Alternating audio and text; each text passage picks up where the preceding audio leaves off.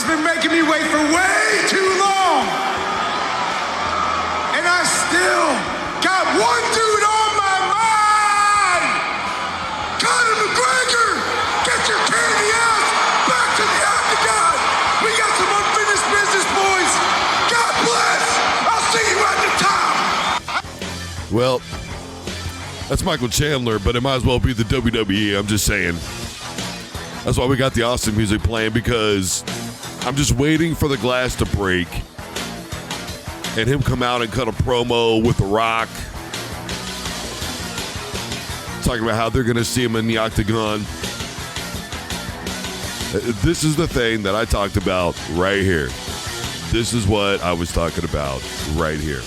The minute that the UFC got involved with the WWE, what was it going to start to look like to the fans? Were they going to start incorporating UFC, WWE together as one? Here we are. That was Monday Night Raw right there. Monday Night Raw. This is not 1997, man. And unfortunately, it's not 1997. But I'm just saying the thing that is with sports right now and all the conspiracy theories about rigging events, fights, games, entire seasons, all this stuff. And now you're just like, hey, Michael Chandler, what we want you to do is go and cut a promo for this fight, bro. We need you to call out Conor McGregor on Monday Night Raw. Here's that mic, dude. Go ahead, bro. How does it even make sense to anybody? Who woke up and thought that was a damn good idea? Not me. It definitely wasn't me. Look, wrestling fan, just so you know, I used to be a huge wrestling fan back in the day. Bret Hart, Hulk Hogan, Steve Austin, The Rock, The Undertaker. I used to really love wrestling, but it has its place. And before anybody tries to talk to me about, well, so-and-so participated in the WWE, nobody's more aware of that than I am. I am well aware that Ken Shamrock was in the WWE, Dan Severn was in the WWE, okay? Ronda Rousey, Muhammad Ali. These are not facts that escape me. Karl Malone, Dennis Rodman. I'm fully aware of them being in wrestling. But here's the thing, though.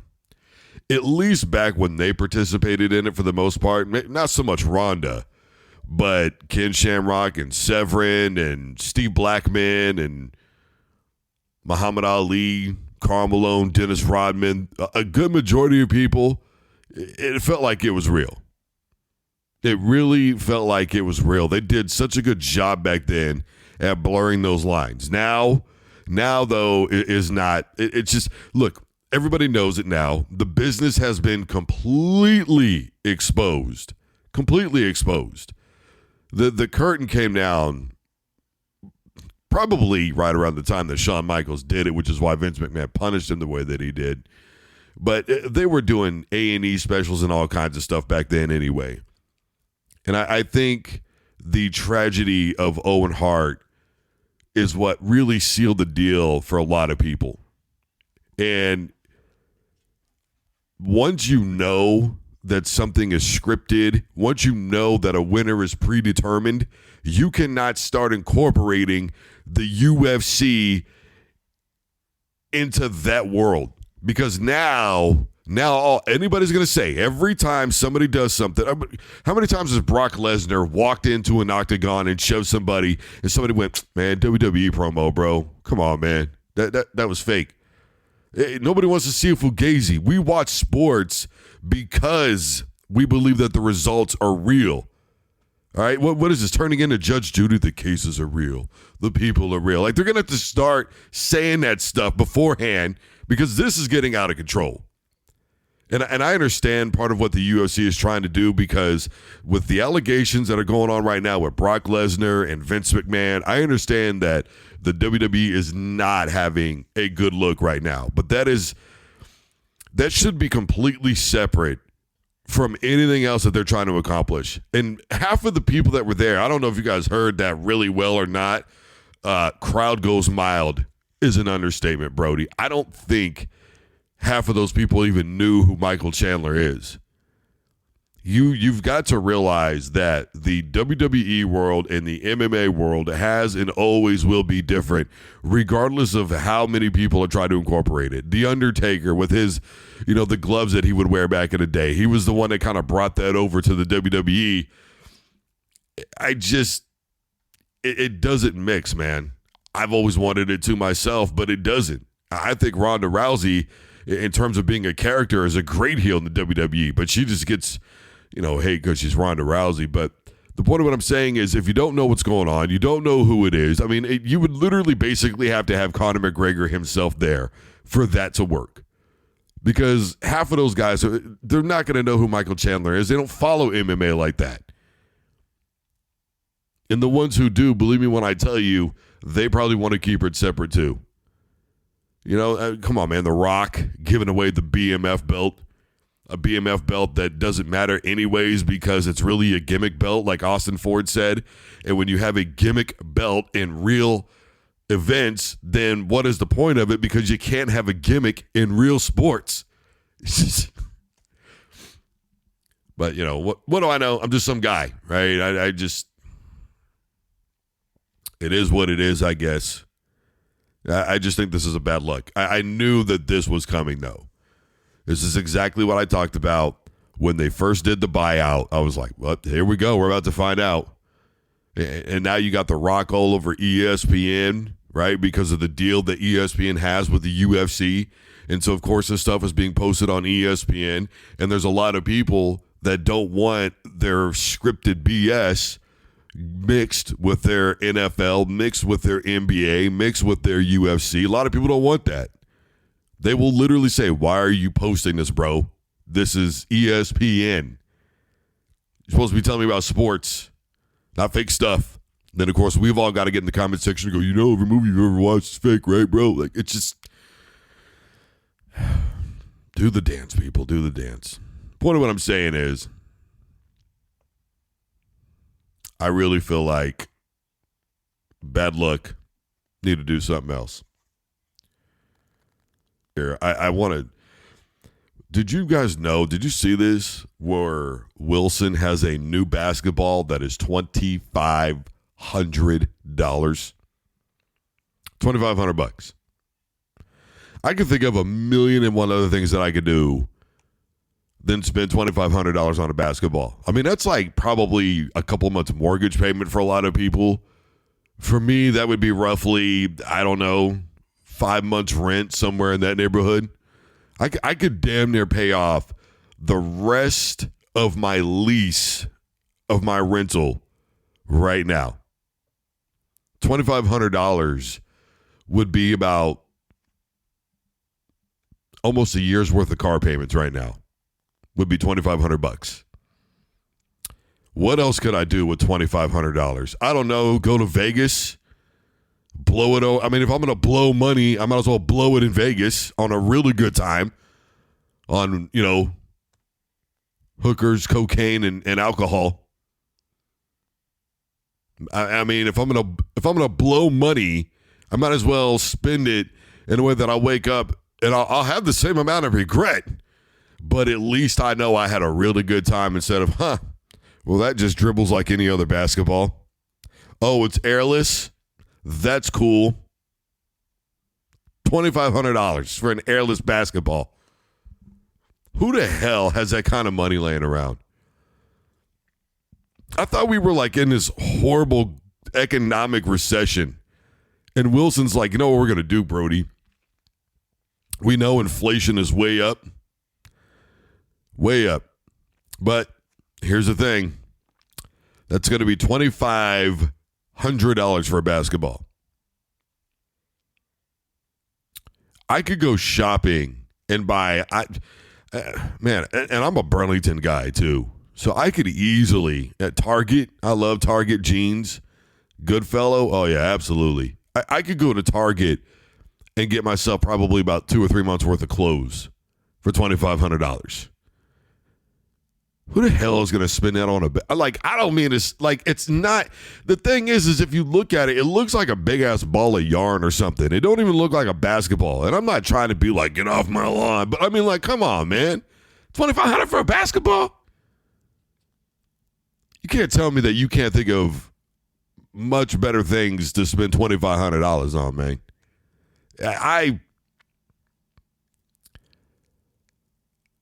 You could get to a homeless shelter.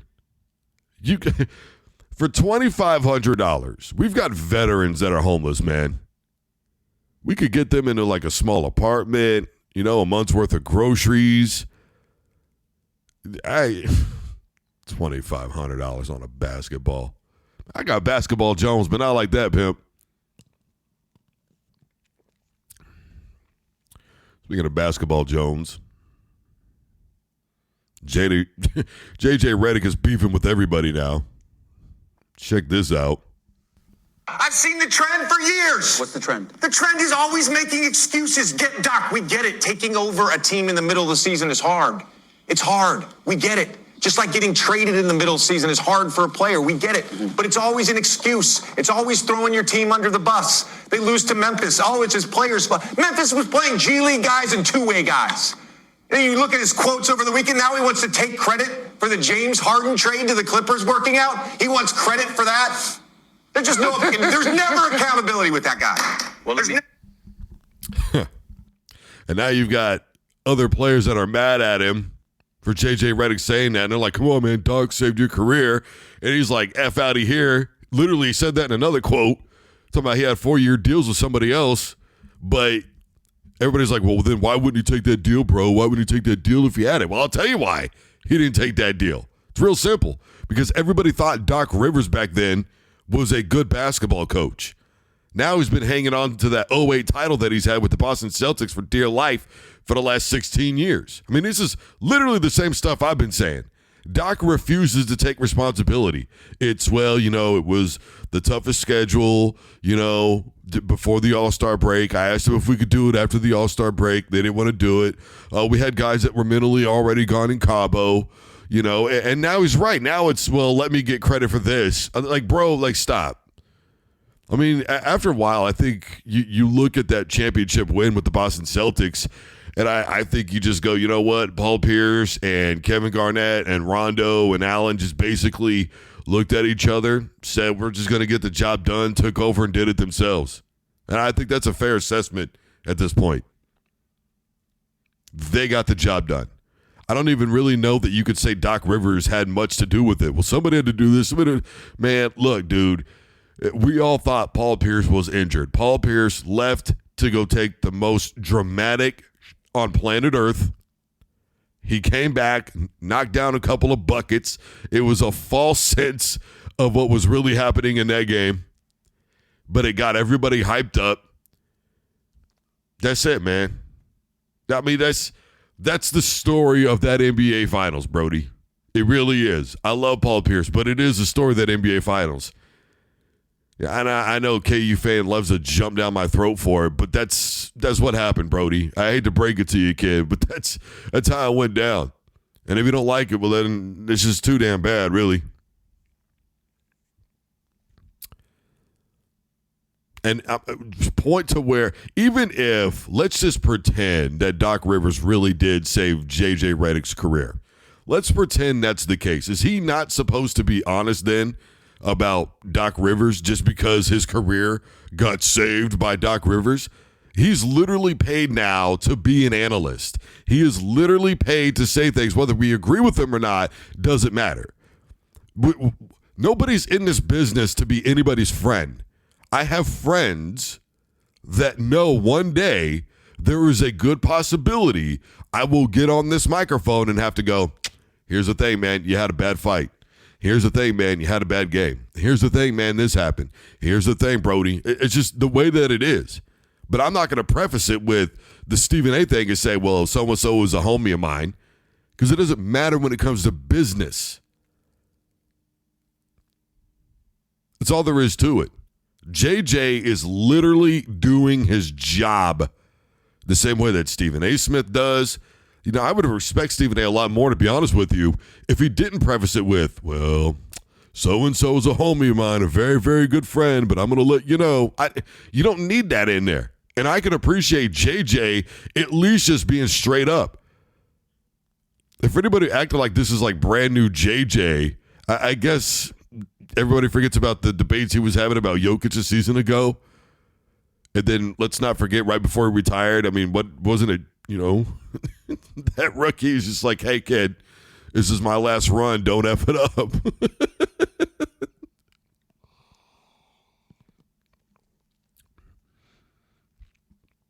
I just think that we need to realize what's going on here. That JJ is speaking a very hard truth that not a lot of people can accept. I can appreciate Milwaukee Bucks players coming to his aid, but I mean, come on, man. Literally, you just had Giannis admit that he doesn't even watch basketball. He's like, yeah, it makes it harder for me to not know how somebody plays. Giannis just admitted that he doesn't even study film. Now, somebody's going to go, man, he doesn't study film and he's that good? Bro, first of all, I want to be clear about something. In 1998, that wouldn't have flown because somebody would have had him figured out. And he would have been able to do anything. He'd be called lazy back then. You know how I know he'd be called lazy? I'll give you one name. Jamarcus Russell. That's how I know. Oh, you don't want to study film? All right. We're not going to be any good. And he wasn't. Come on, man. They had to put it in Kyler Murray's clause about video game time because that's how addicted he is to video games.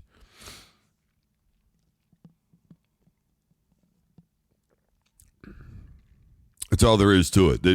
He would be even better if he studied film, and maybe, hear me out here, just maybe if he was studying film, then last season in the playoffs doesn't happen. Anybody heard of LeBron James? Does anybody remember him playing against the Toronto Raptors in the playoffs and him telling guys, oh, no, man, you were wrong right there. You were supposed to be lined up over here. LeBron did his homework, Brody. I think it's more challenging. That right there, Giannis just admitted that he is probably the problem with the Bucks. And then you have Doc Rivers, who's an additional issue, he can't win with all these superstar guys because he doesn't know how to coach them. You could say whatever you want to about Jordan's coach and Kobe's coach. Well, he needs superstars. Guess what, man? He knew how to get superstars how to play basketball, bro. Something that apparently Doc Rivers cannot do. You got prime time Blake Griffin. You got DeAndre Jordan. You got prime CP3 on one team. Can't get it done. 76ers, you got Joel Embiid. That right there alone, Brody. Come on, man. It is what it is. I'm with JJ on this one. I'm not always with JJ, but I am on this one. I was with him on Jokic. He's not stat padding. Whether or not Jokic was the best center last year, I felt was debatable. Joel, certainly he made a case. That's for damn sure. But I'd still probably take Jokic over Joel, though, just keeping it a buck. So the NCAA, the CFP committee, has agreed to, in the 12-team playoff expansion, take the first 5 highest-rated conference champion, followed by the next 7 highest-ranked football teams. Why are we making this damn thing so complicated? Why are we... Look, here's the issue. This is exactly what the committee did a season ago. Whether anybody likes it or not, they informed us that they are no longer making football decisions. They are making financial decisions. It was speculated. It was rumored. It was a conspiracy theory. Last year solidified what they were doing with the CFP committee. They were 110%. making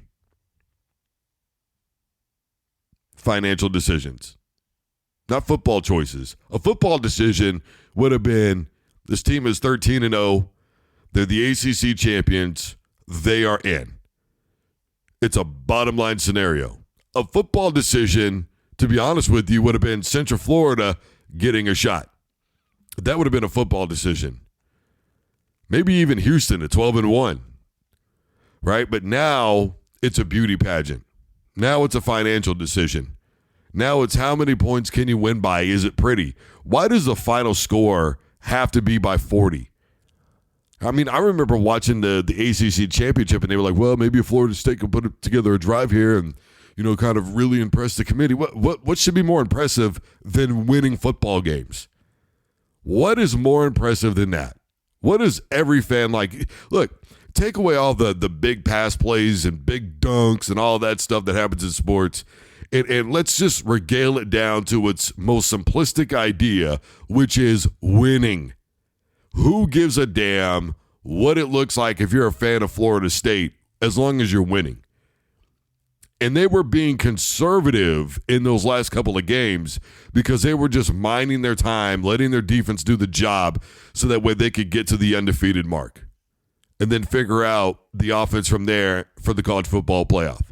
Now, do I think they would have beat Michigan? Probably not. But the point of whether or not they would have beat them is not what we're discussing here.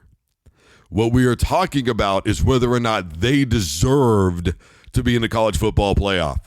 13-0, and they didn't get in because their quarterback was hurt. That is the only excuse that you have. Everybody's hurt this time of year, man. Everybody. What did the committee say? Well, they were down 13 when that happened.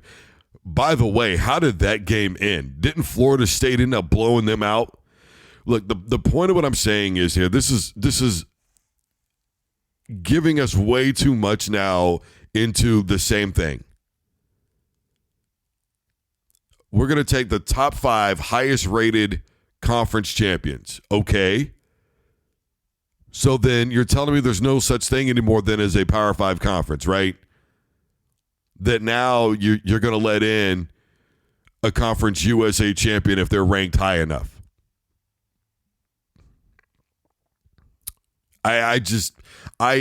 Again, they're leaving the interpretation way too open.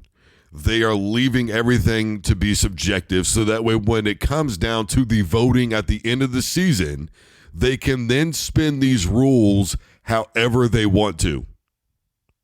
And I just think that what they are purposely doing is clouding the terminology to make it seem like it's something else, knowing that they can interpret it any way that they want to, so that way they don't have to let in certain football teams.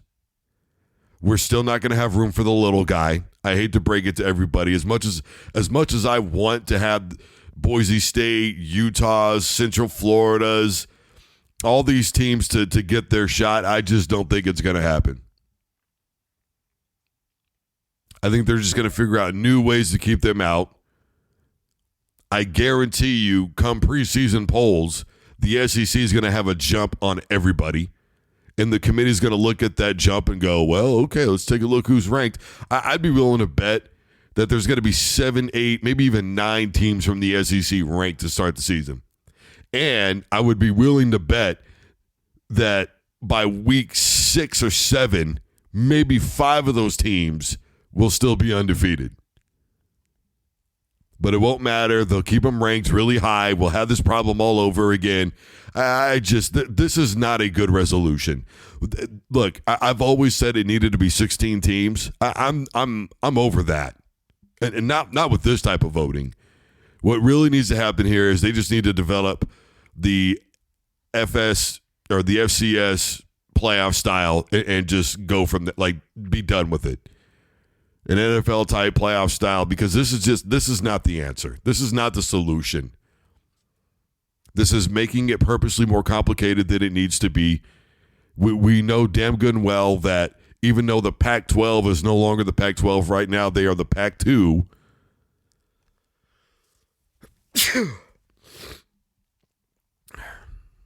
so they don't get an automatic in. We know that the Big 12, the SEC, the ACC, and the Big 10 are going to enjoy the spoils right off the bat.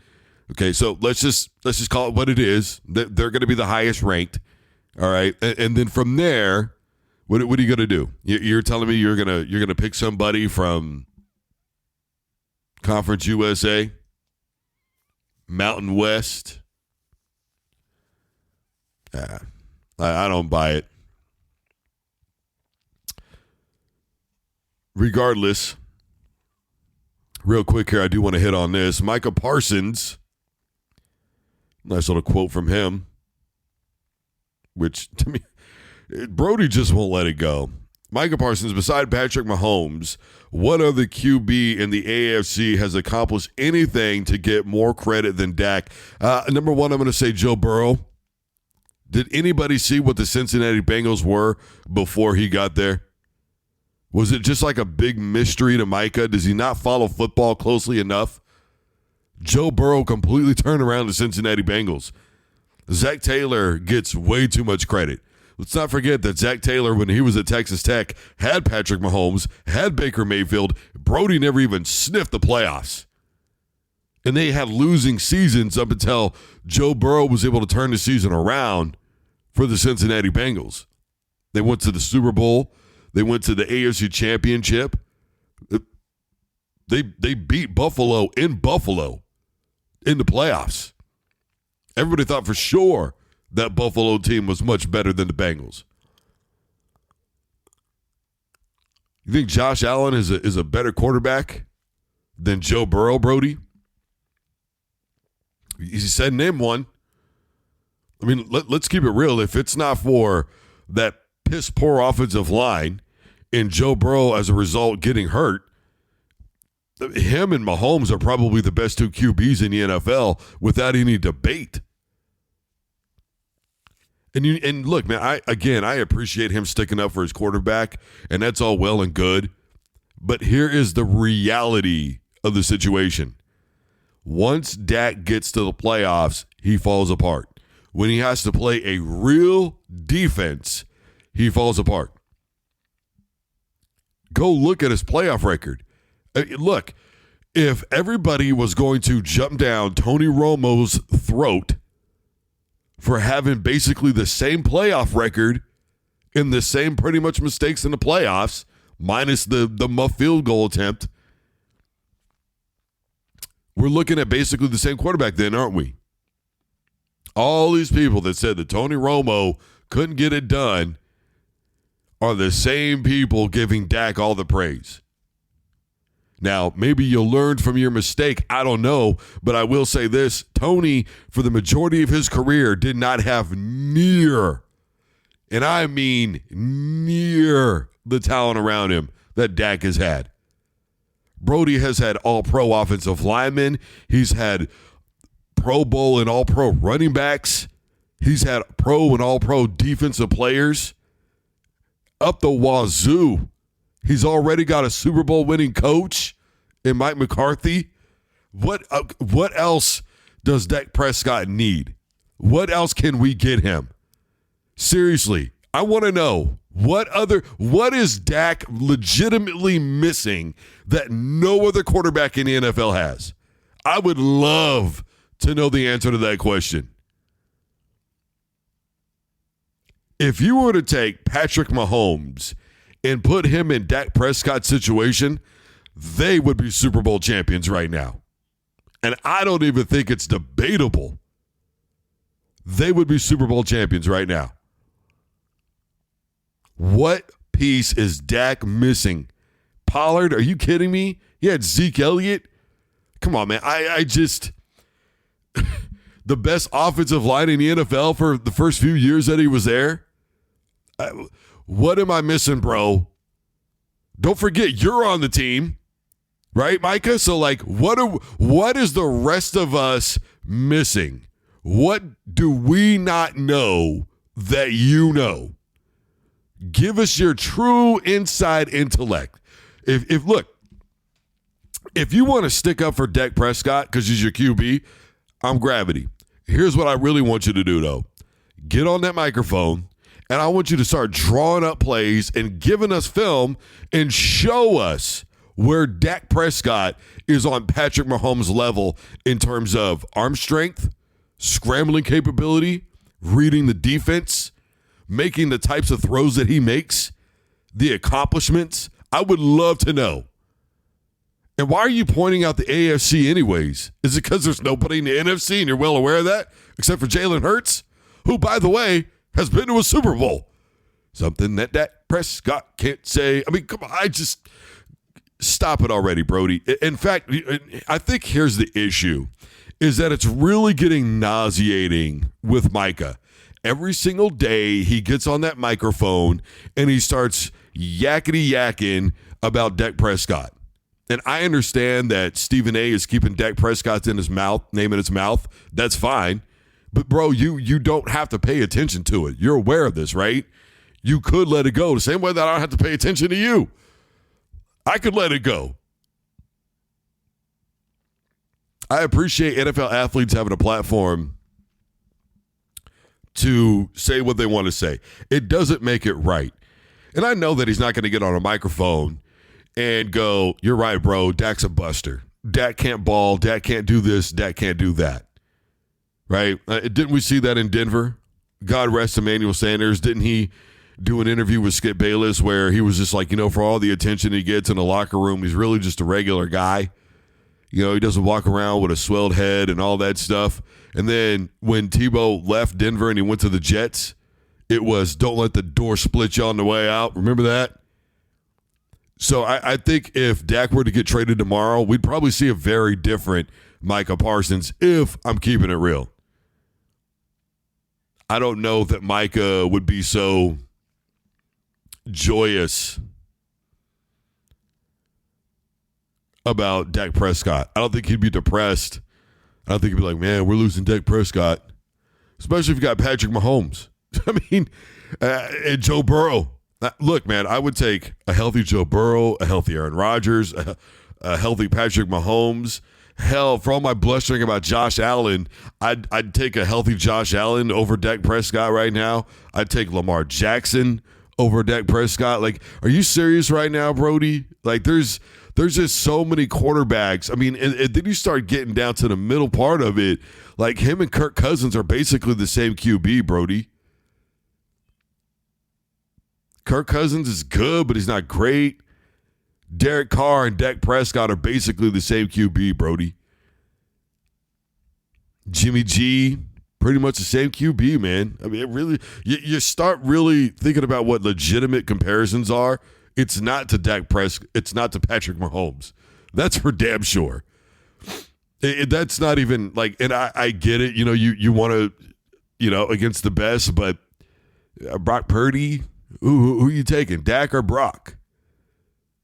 I think it's okay for us to be honest. And he doesn't have to like it, but it's really weird that he is very obsessed with this. And those people that try really hard to defend something and there's no, like, you haven't brought it up, and like a day later, a couple hours later, a few weeks later, they feel the random need to start defending things, and it starts making everything look like, I didn't really bring that up, bro. It was like a guilty conscience eating you away type thing. You know what I'm talking about here. That's sort of what this feels like. I mean, is he not saying what he really wants to say? I don't know. Look, here's what I do know, is that I don't agree with him. I'm never going to agree with him. Dak does not have near the resume that other guys have in the AFC. I mean, come on, man. I think Dak Prescott is a nice kid. He's a nice guy. People love him. He's a likable dude.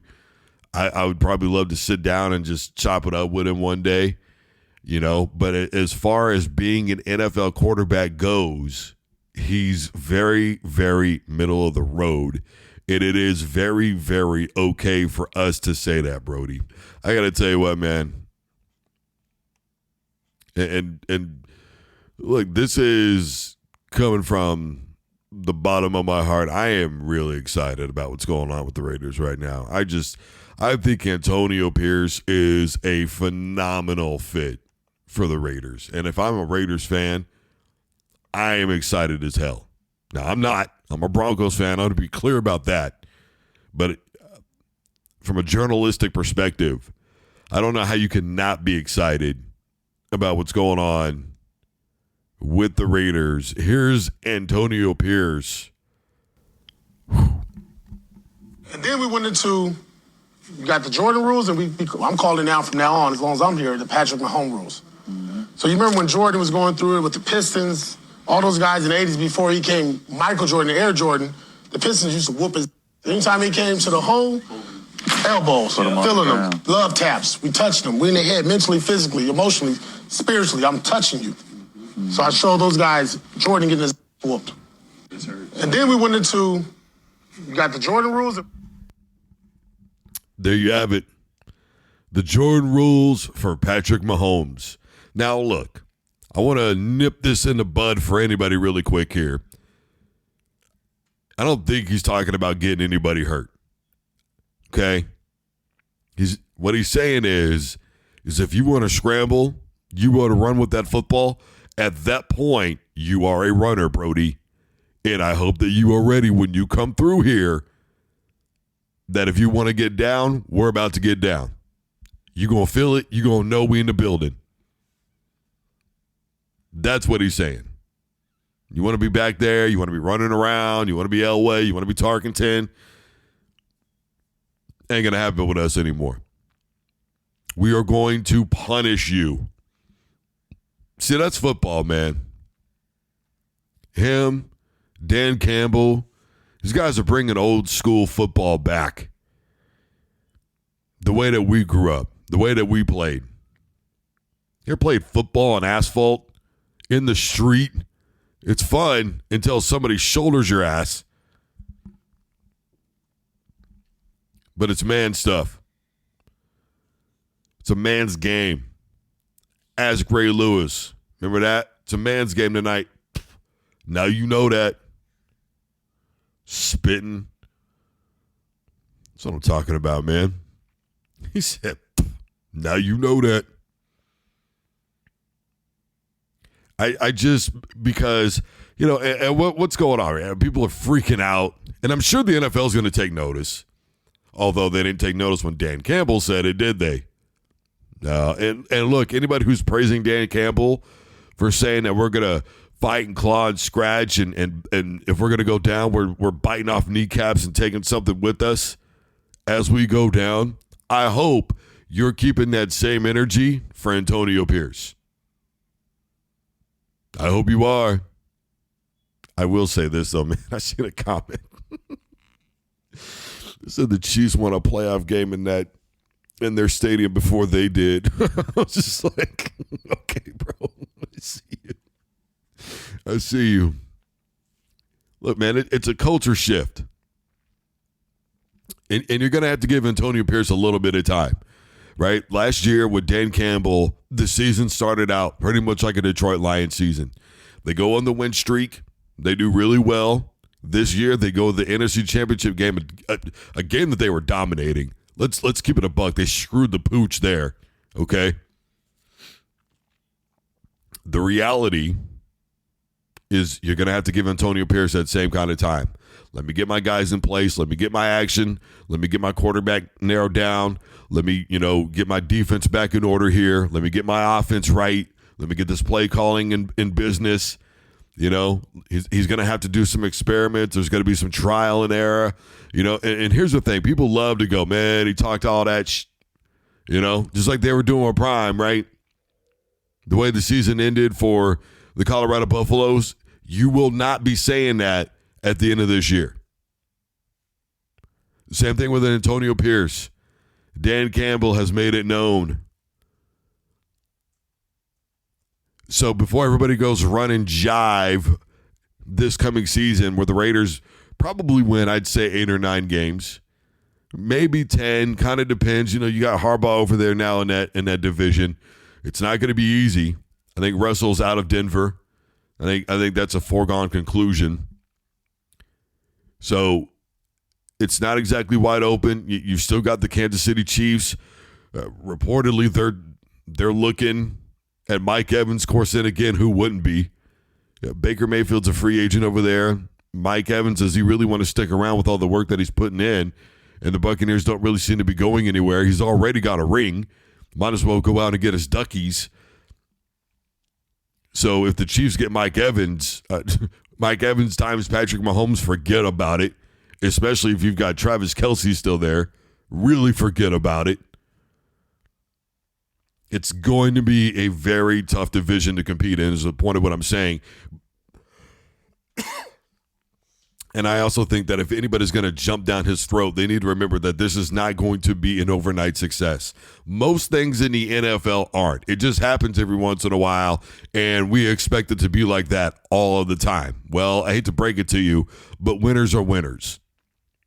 And winners, like real winners, are real winners. The old adage is separate the men from the boys. I'm just saying, I think that we got to give Antonio Pierce time, but I'm loving what he's saying. I'm loving the direction that it's going in. And I think that if you are a Kansas City Chiefs fan, and I think that if you are a Denver Broncos fan, and I think that if you are an LA Chargers fan, then you better start taking notice. Because the Raiders, I think, are going to get back to at least at the bare minimum being that football team that they may not have a winning record, but you will not want to play them. Because it is not going to be an easy win. It's going to be a physical win. It's going to be a brutal win. It's going to take a huge toll on your body and on your team as a whole.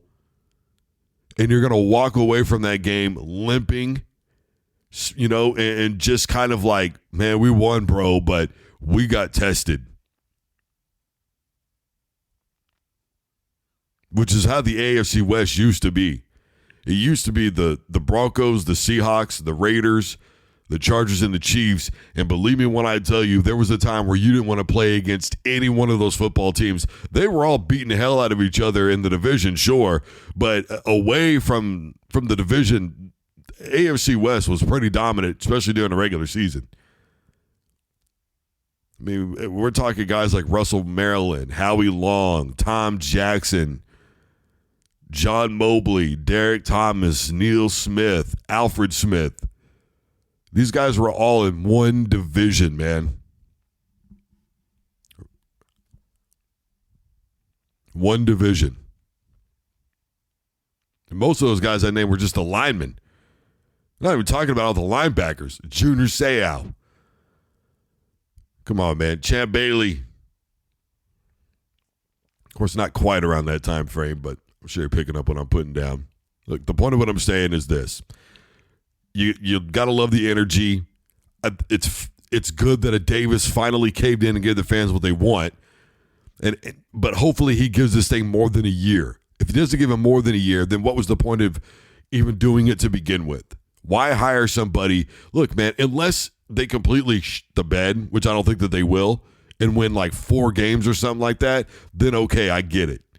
But damn, man, how long did you give Josh McDaniels? Why did you even hire him to begin with? I guess nobody saw what happened in Denver.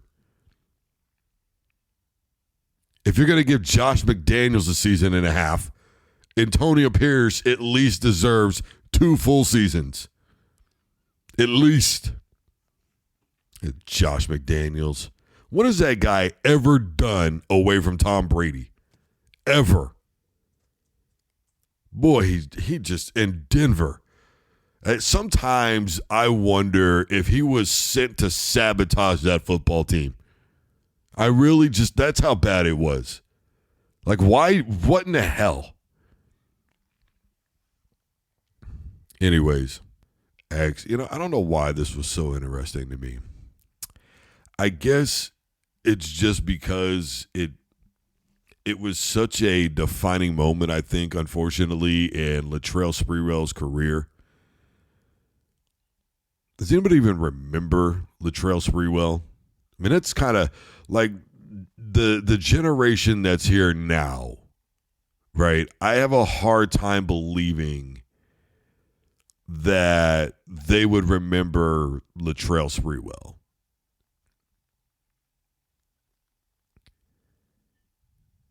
I just feel like he's forgotten because of the incident. Because didn't he also own like a rim shop, right? Because after that happened in Golden State, well, here I'm going too far because I remember he went to New York shortly there afterwards, and the Knicks were pretty good with him. They really were. But this is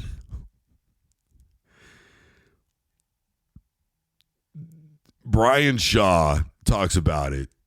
Here it is. Just here. Led to the chokehold Sprewell put on Carlesimo. So we're in practice one day. PJ comes in and he just comes down and he's like, "You got to give me more than that." To Spree. And Spree was a worker. Mm-hmm. He didn't say nothing. He kept shooting. PJ went away. He came back a couple minutes later. He's like, "If that's all you gonna give me, get the out of my gym." So Spree said, "You say one more thing to me, I'm gonna you up." So he came back and said something again. And that time when he came back, Spree just took the ball. He just dropped it. He just walked over to PJ, grabbed him around the neck. To be honest, the other players, because of how PJ used to talk to him, was like, "Go ahead, choke the shit out his ass," right? He was like a crazed animal at that time. So he never let go of PJ's neck. He was kicking the assistants that was trying to get him loose. They finally pried him loose. And so the security came in and they kicked him out. What? So we met as a team. What do you guys think is an appropriate punishment for him, right? We said 10-game suspension, and he got to go to some anger management classes. So everybody agreed, okay, cool, that's what it'll be. That was going to cost him $1 million. Practice ended. We're not supposed to say nothing to anybody. By the time I get home, 10 minutes from the practice facility, I turn on the TV. It's all on TV. They got pictures of PJ's neck with the fingernail marks in his neck. The Warriors got to put their spin on what happened. But we got a gag order that we couldn't talk about it. So what happened was they ended up suspending Spree for the rest of the season. He had the shoe contract with Converse at the time. So all the endorsements he had, they dropped him. They kind of painted him as the villain. We didn't condone what he did, but it's two sides to every story. So we met as a team. What do you guys think is an appropriate punishment for him, right? We decided as a team, we going to go, when he had a press conference, we going to stand up behind the stage and support of our teammate. Me, Bimbo Coles, Joe Smith, Felton Spencer, Dwayne Farrell, Robert Ory, who was playing for Houston. We were getting ready to play them, and him and Spree went to Alabama together, so he even came and stood behind there with us. Wow. There was maybe one or two other guys. So we stand up behind him, Spree apologizes and what have you.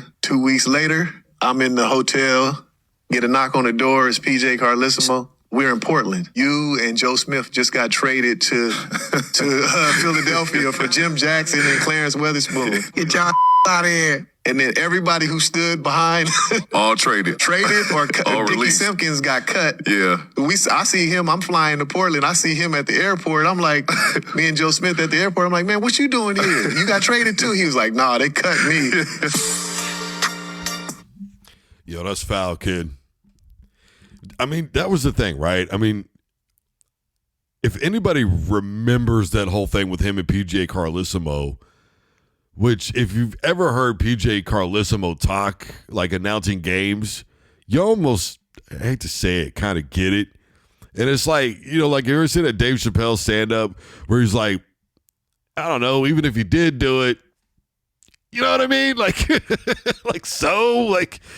I'm not saying that what he did was okay. And obviously, Shaw doesn't agree with it either, right? And that was the whole thing. Like, look, we agreed on a suspension, but Carlesimo was not going to sit around and just let what happened with Latrell go unpunished and unnoticed.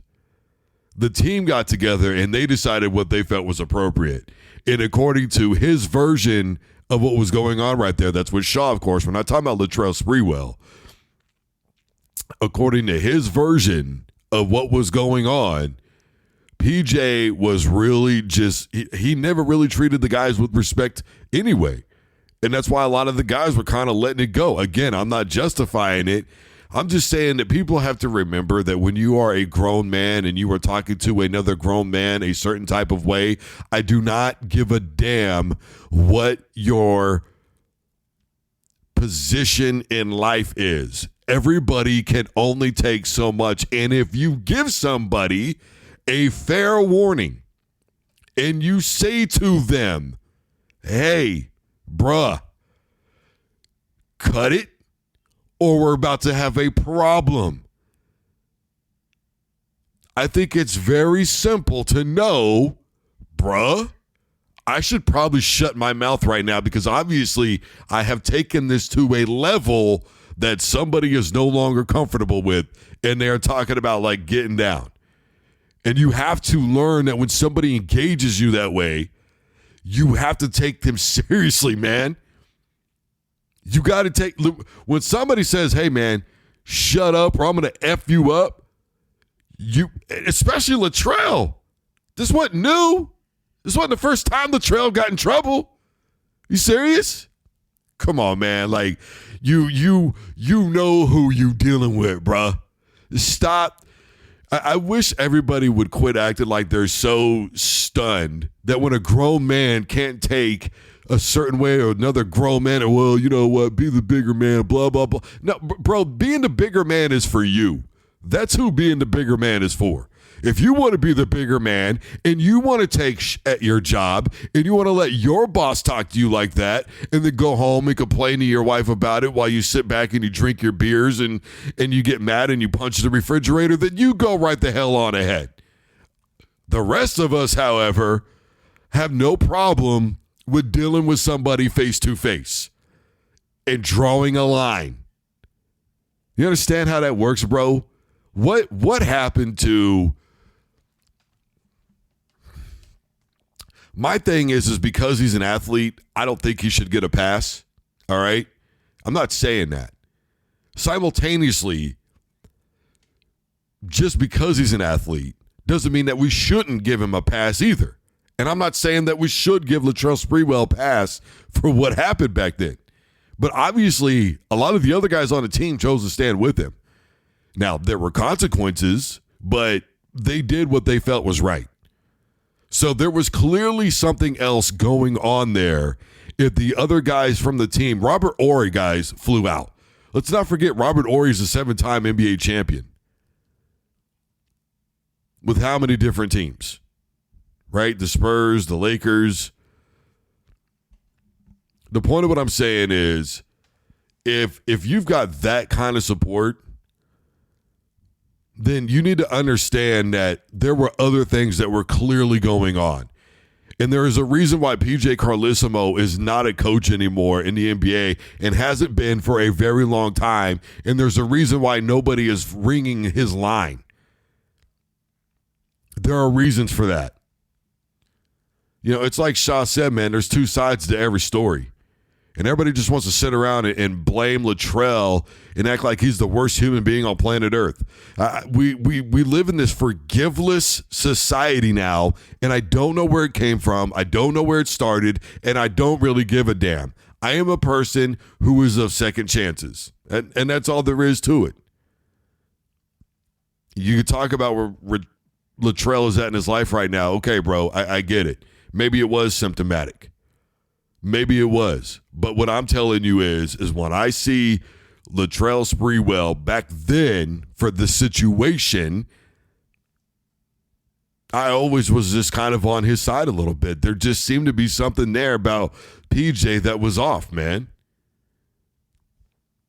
It is what it is. You know those people that say things just to say things sometimes, and you kind of don't know where you get it from? This is definitely one of those moments. Listen to this.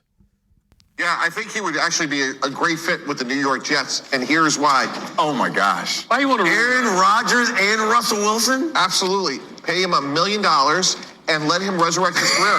I actually have experience with this. Vinny Testaverde got cut by the Baltimore Ravens. We signed him in June and went to the championship game that year. So if you're Russell Wilson, where else is he going to go? He has to resurrect his career. So if you have to sit for a year, why not sit behind one of the greatest of all times and then be a free agent again? Where is he going to go? He's 36 years old. No one's going to hand him a starting job. He's going to have to be a backup somewhere. Yeah, I think Russell Wilson be a backup somewhere. Brody is cooking. Brody is cooking hard, as a matter of fact. And I don't mean like, oh man, let him cook. I mean, he's cooking. You understand what I'm talking about here? You cooking? Yeah. He could be.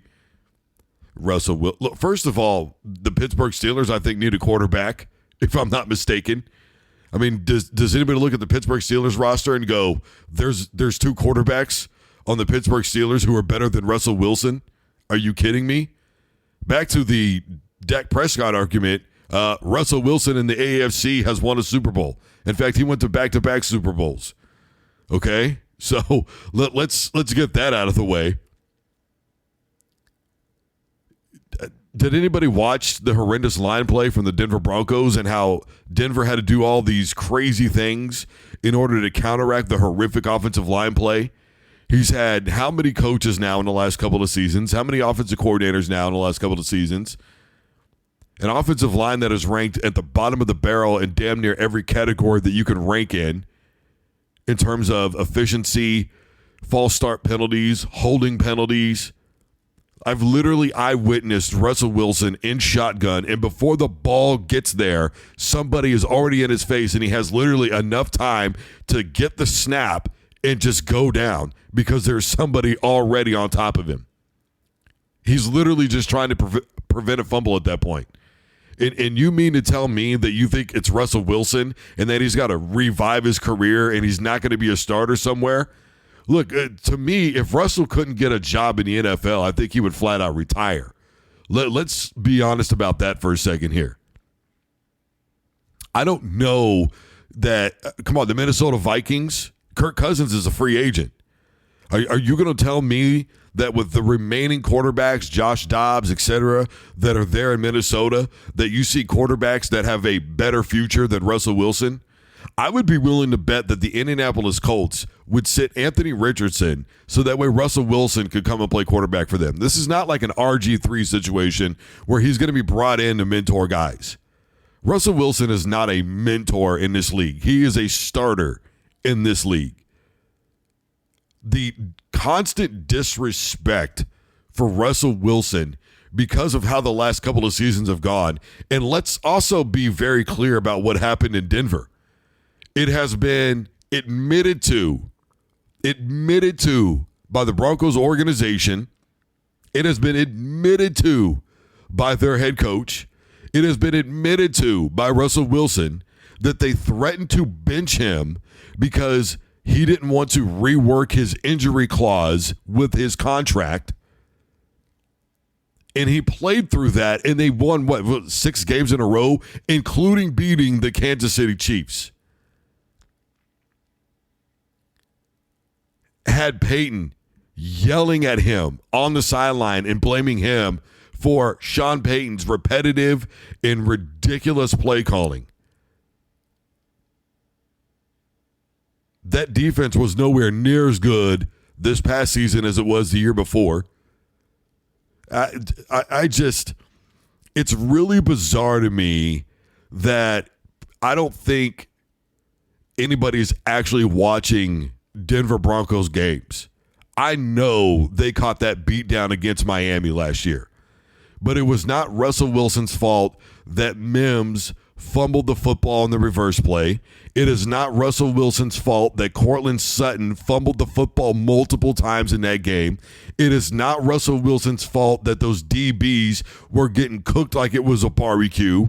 It is not Russell Wilson's fault that Sean Payton had no clue what he was doing with that football team and wanted to use Russell Wilson like he was Drew Brees. And that's another thing. Wilson has been willing to adjust to multiple offensive styles over the last couple of seasons, and we saw he still has the wheels because Sean Payton was running straight up collegiate read option style of plays with him. And when Russ was keeping it, he was getting yards.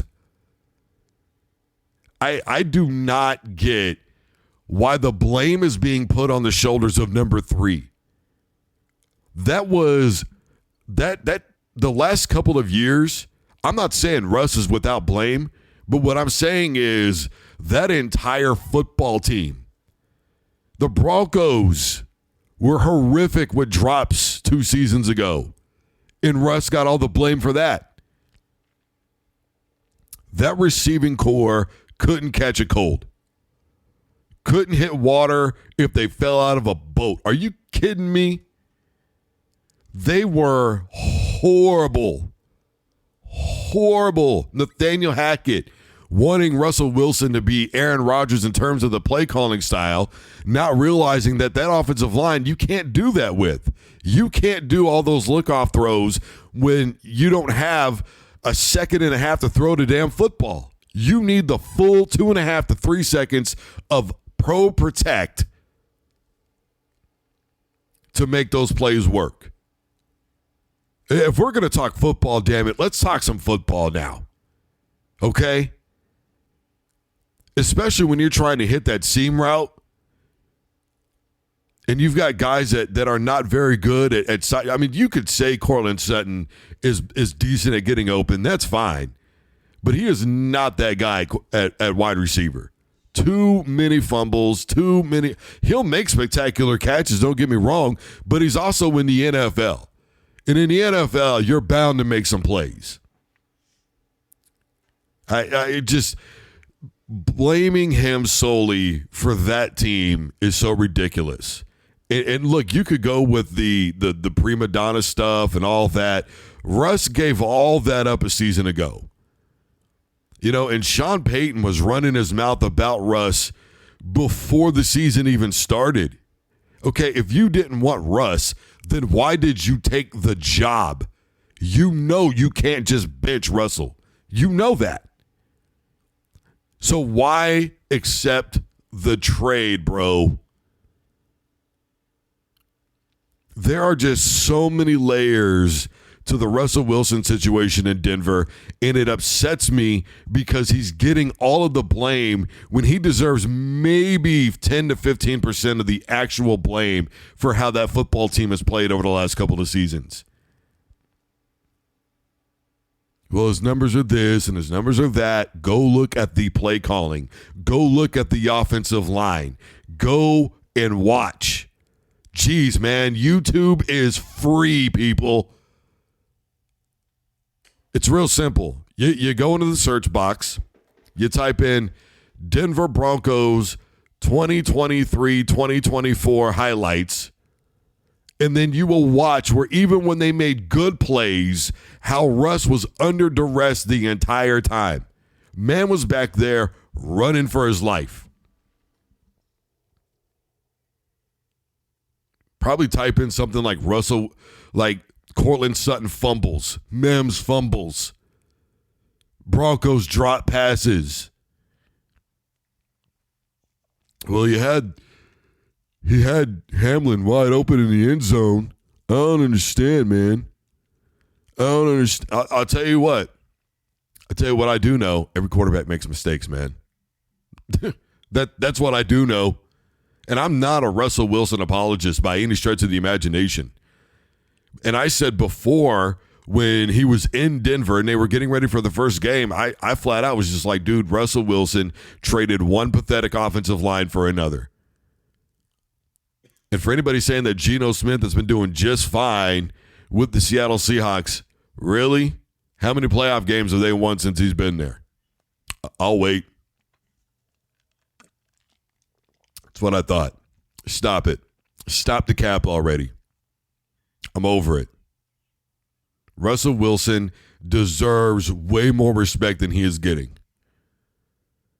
You're going to tell me that the quarterback situation in Atlanta is not those quarterbacks are better than Russell Wilson? In New Orleans, you're going to tell me Derek Carr and Jameis Winston are better than Russell Wilson?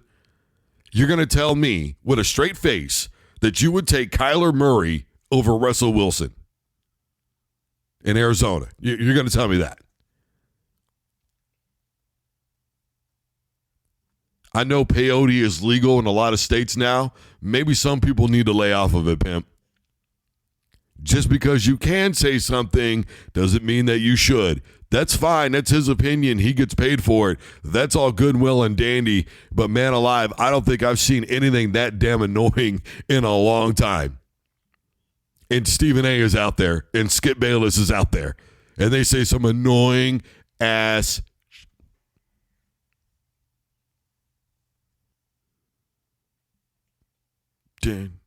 Man, I want to get this off of my chest. I have to get it off of my chest. I don't care what anybody thinks. I just want to get I want to let you know right now that I'm going to piss off a lot of people, but I really do not give a damn. And I know that I use one of Eminem's beats at the beginning of my stuff, and that's fine. So 50 has said that he wants to do an album with Eminem. Look, and he's called him, the GOAT and all, he said that he was more of an influence, than Jay-Z and rap music and all that.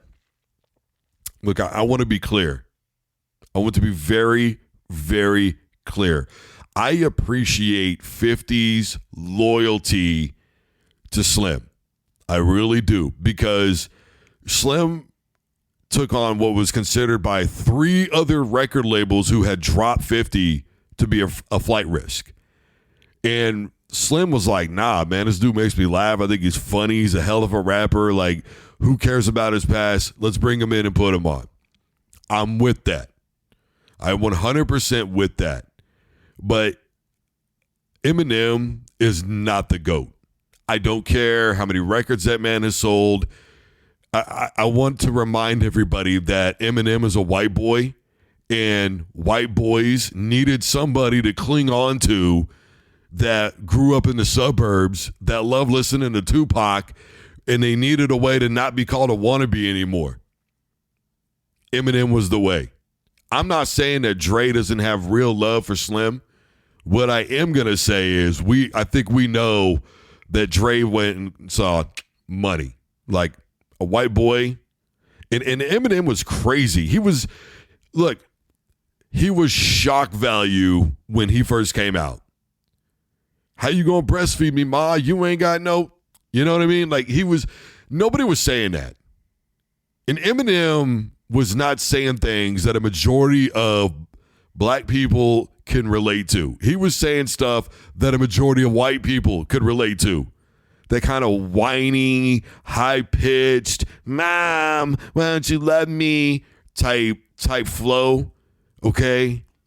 The first album that he did, the best song that was on there was Role Model, and it was a battle rap track, basically. And that's what Eminem was, a battle rapper, a backpack rapper. He's the best battle rapper that's ever existed, other than maybe Cannabis, or even Ice Cube, maybe, for that matter. I mean, damn, man, no Vaseline.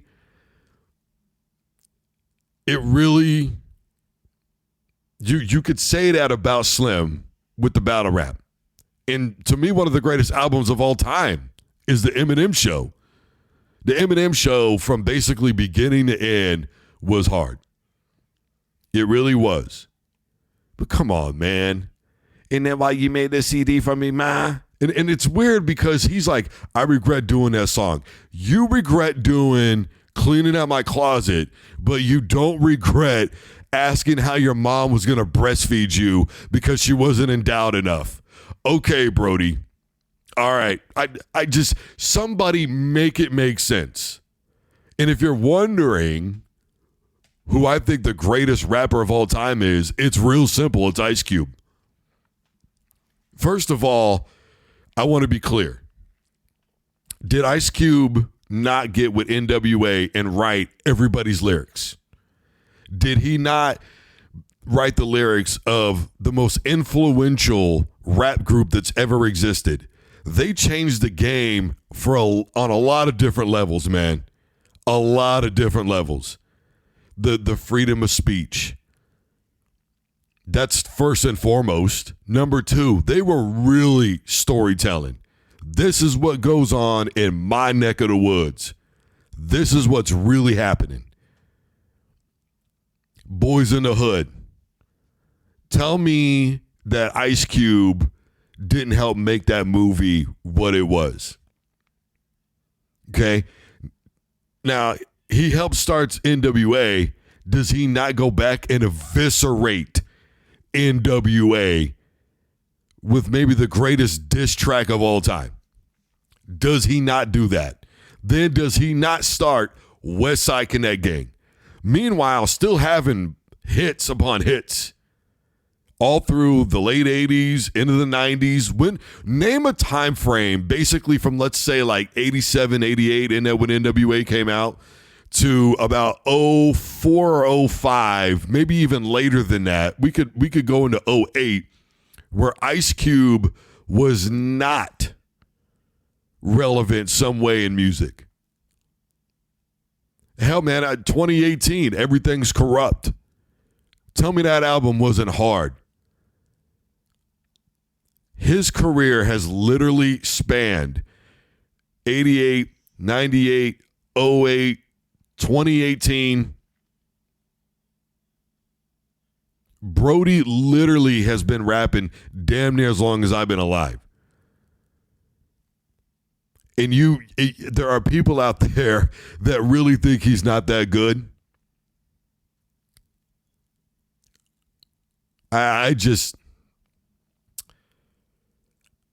don't view rap music from the perspective that Eminem is the GOAT, because I don't view rap music from the perspective of a white dude, because it's not white people's music. And it's not for white people, really. I'm not saying they can't decide or have a dog in the fight. But what I'm saying is, though, is Eminem was not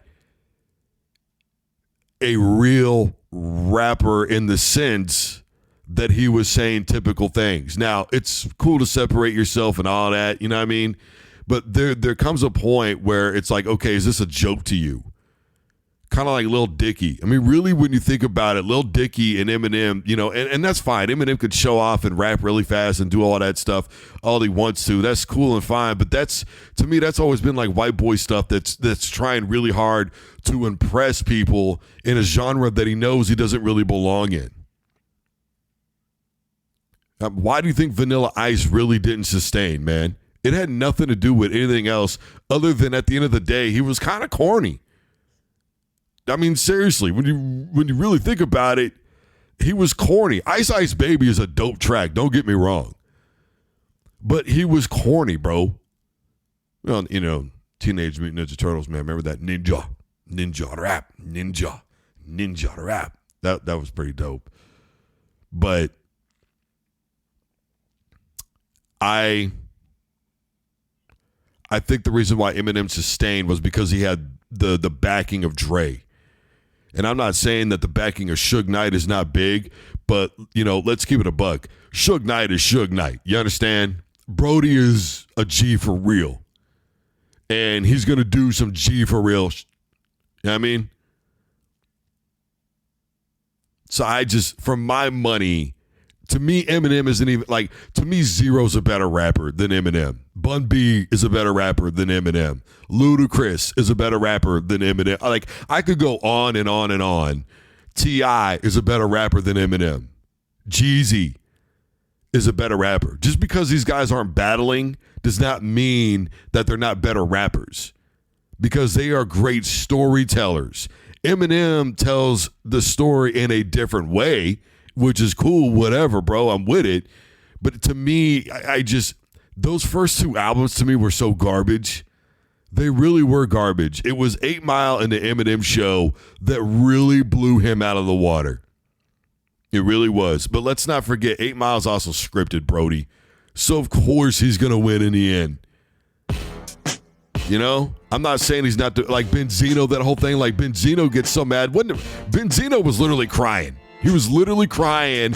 Man, all anybody want to do is ask me about Eminem. Bro, you the one that that went after Slim for no reason. He lives rent-free in your head. You know he's the best battle rapper to ever do it, and you are hot garbage.